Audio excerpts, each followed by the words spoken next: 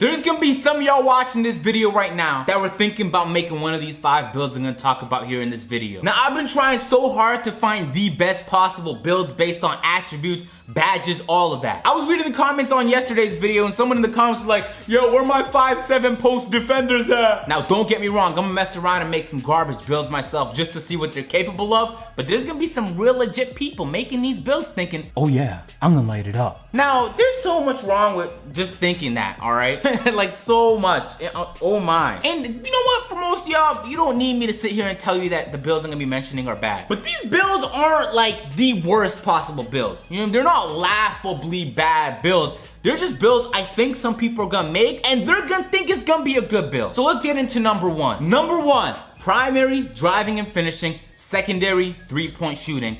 Why? Why would you do that to yourself? When you're a driver and a finisher, you have max athleticism, right? You have max layup, max, you have all of that because you're supposed to be athletic taking it to the rim. But when you add 3-point shooting, first of all, you lose your Hall of Fame badges. That's L number one. And if we just look at this screenshot, you take a hit on acceleration, speed, vertical, layups, dunks, and in return, you get a 3-point shot that's not even worth using. The numbers Mike Wang's been spitting about the percentages is making it super clear that this year, if you don't have attributes, at least over a 75, but minimum 70, you have no business shooting the 3-ball. So you're gonna make this build here, driving and finishing primary, 3-point shooting secondary, and there's no point in even upgrading your 3-point shots because it's not gonna be good enough to use, so you might as well save them for the attributes that matter, and then at that point, aren't you just better off making a pure slasher? But there's gonna be people who's gonna make that build, and they're not gonna know until afterwards when they see all these build videos like,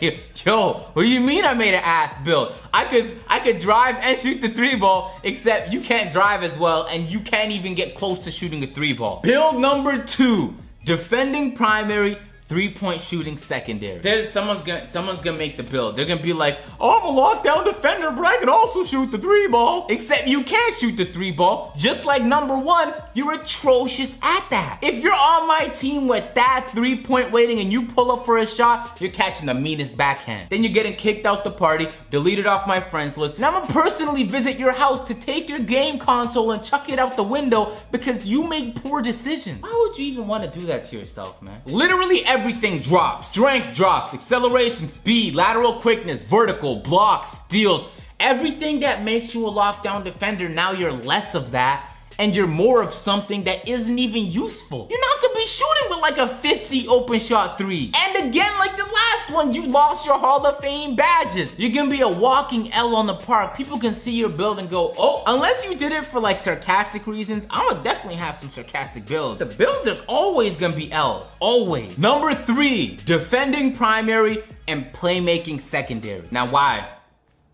Do you just hate yourself? Is that it? Because in your mind, you're thinking, I'm gonna play defense, and on the other end, I can still handle the ball, except you can't. We were trying to get some answers out of Mike Wang yesterday on Twitter. He tweeted out saying that there's 3 different tiers to playmaking. Unless there's a 4th tier we don't know about at the very top, once you pass 70 ball handling, you're past tier 1. You're now in tier 2.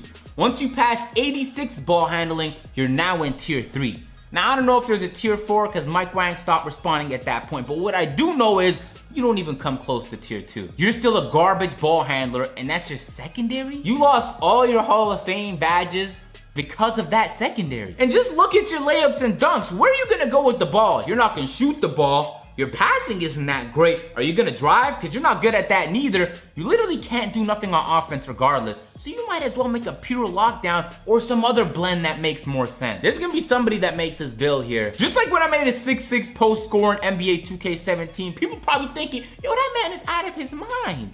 Out there hustling for the tip ball, Charles with the rebound. We're on the break, mind frame, kicking it back to Agent, and check it out! My first contact dunk on a fucking big man. Caught himself at the wrong time. But it was just a joke for me. It was fun. It was fun to make videos on garbage builds. But I never mistaken those garbage builds as elite builds.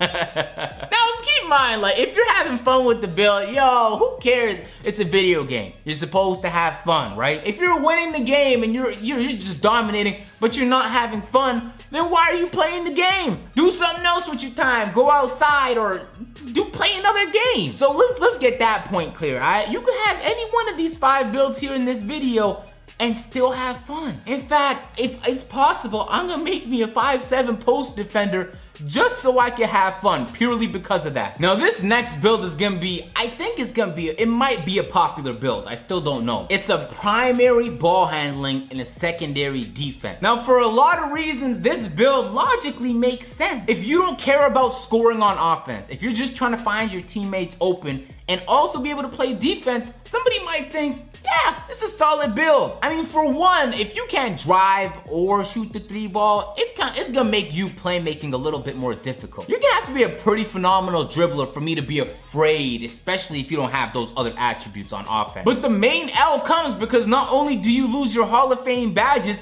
is you get a massive reduction in ball control and passing. And I think there's gonna be some builds where a primary playmaker can blend with something else and it's gonna be super solid, but I don't think this is one of those. I don't think this is even close to being one of those. The defense still isn't good enough for you to call yourself an elite defender, and unless you're really worried about people ISO dribbling you to the clock winds down, which we're hearing is gonna be a lot more difficult to pull off in this game, this build doesn't make that much sense. Every time I look at the playmakers this year, I don't know why, I'm so severely underwhelmed with their badges. Even Hall of Fame Dimer, I'm not even too excited about anymore. Because everybody that I play with is gonna be able to make a shot whether or not Dimer is there. But it's good to have. It's gonna be beneficial at times. It's gonna create buckets that otherwise wouldn't have been there. But anywhere from flashy passer to break starter to ankle breaker, which was nerfed, it's like, and number 5, this one deserves quite an introduction. Last year, this build was wildly irrelevant if you were playing against anybody that knew what they were doing. But still, there were people at the very top who were able to make the build work and dominate. But this year, it's seen a nerf, and it's a funny nerf because it's like,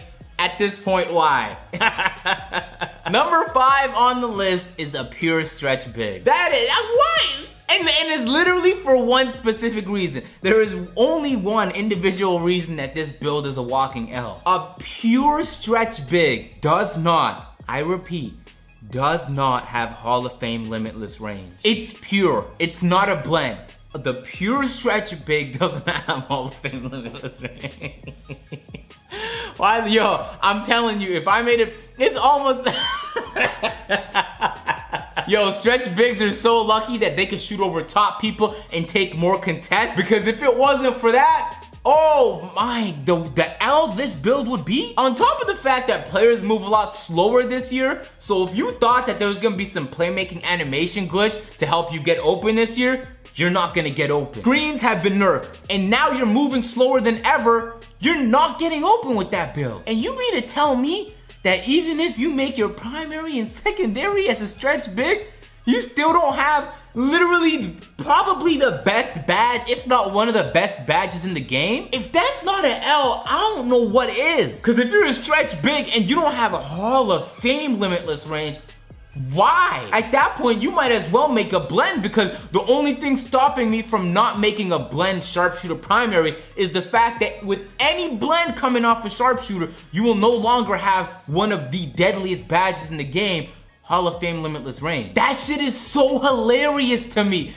Shout out to the 2K devs, because one of the things that drove me crazy last year was the playmaking animation glitch happened, which meant stretch bigs were jumping around like playmakers with the hippity hop action. That was frustrating. On top of the fact that, especially if you were a stretch big and you never played as a sharpshooter, you didn't really recognize you could really shoot over anything, right? You could take a pretty harsh amount of contact and contest before it really began to affect your shot. So not only are we hearing the percentages are down this year, but it's just one reason. That's all it took for me to make this a part of the top 5.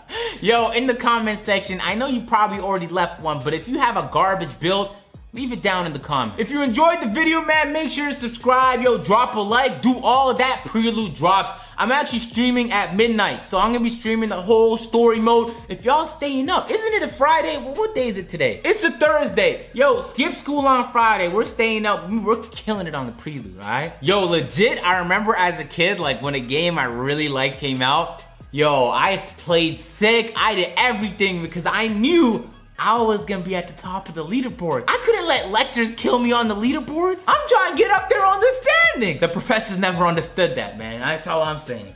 Anyway, I'm just so gassed, bro. That's all. If you enjoyed, drop a like, subscribe if you guys are new. I'm not gonna say it again. I'm out. Peace.